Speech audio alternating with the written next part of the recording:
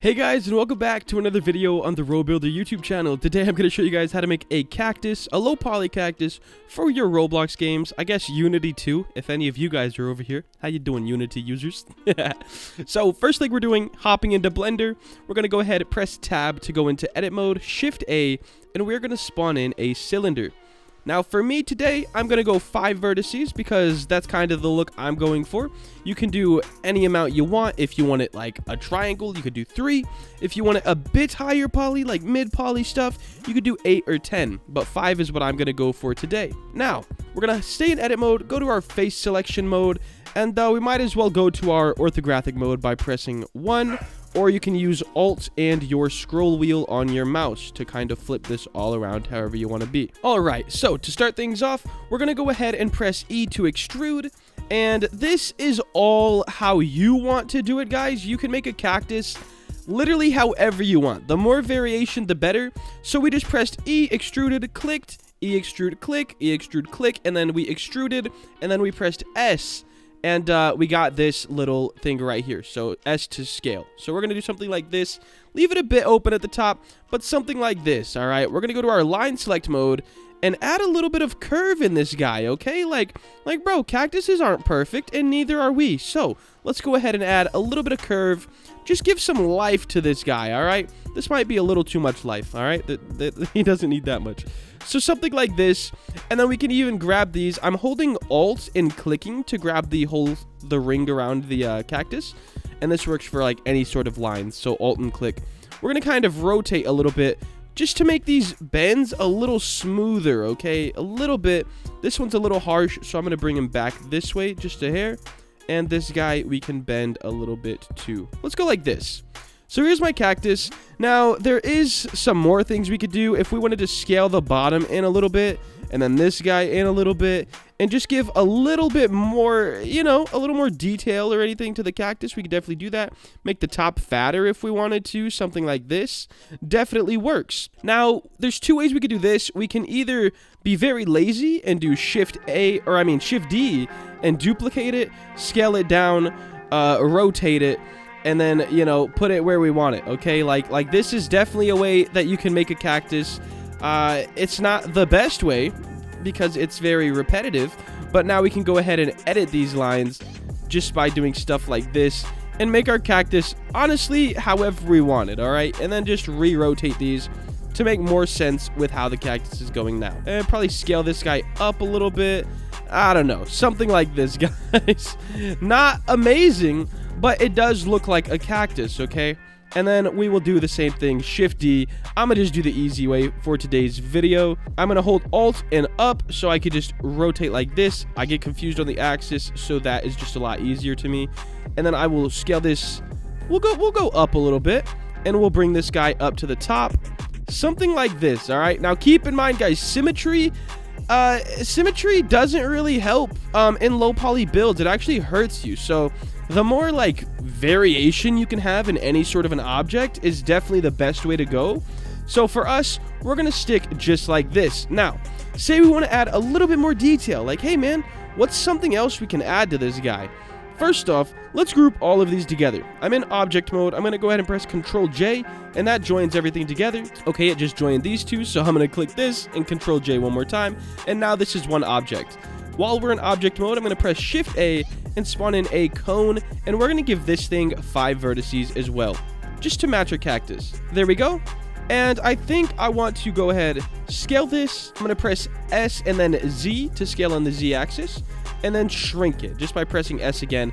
And these are spikes we can place literally all over this cactus. Everywhere can get a spike, guys, okay? I'm gonna go ahead and do that, and I'll be right back.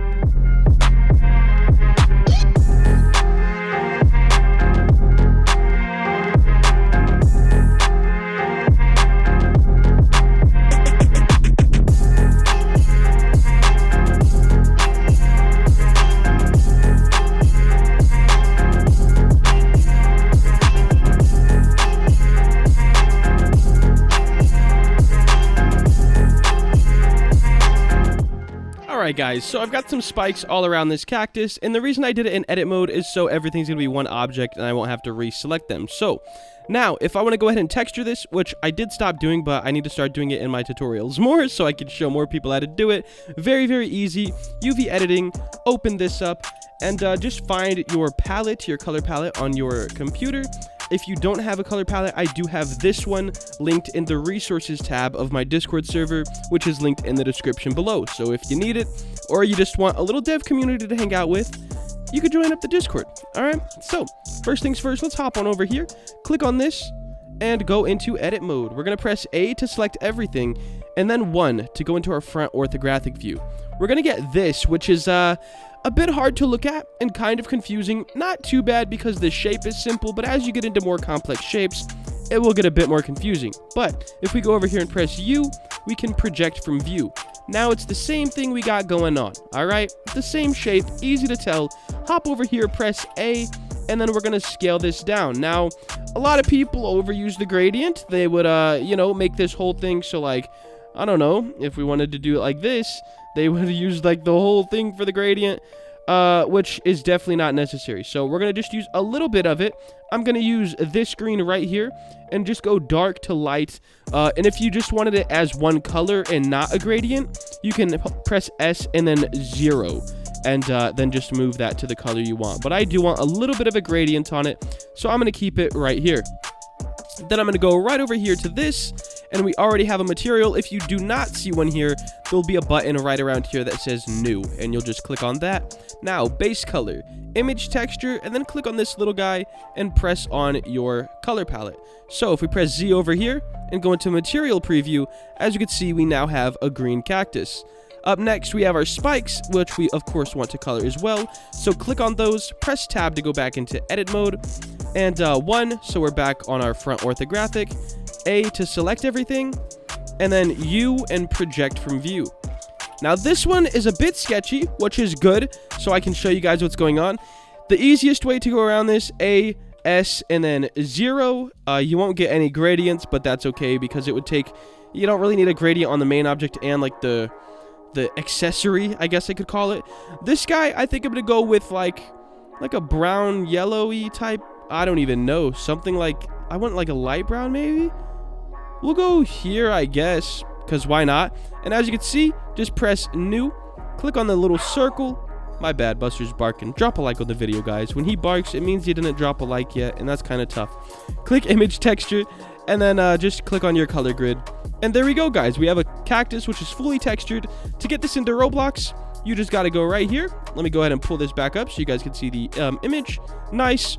And then you just file, export as FBX, and go ahead and publish it to Roblox. If it does not have the color on it when you publish it, just go ahead and make a new texture and add it into your actual Roblox account, not on Studio. So you have your color palette on Roblox. After that, you'll never have to do it again as long as you're using the same color palette. Hopefully you did enjoy. Hopefully you liked the tutorial. And last but not least, let's see how Shade Smooth looks. Wait, oh gosh, tab, there we go. Shade Smooth.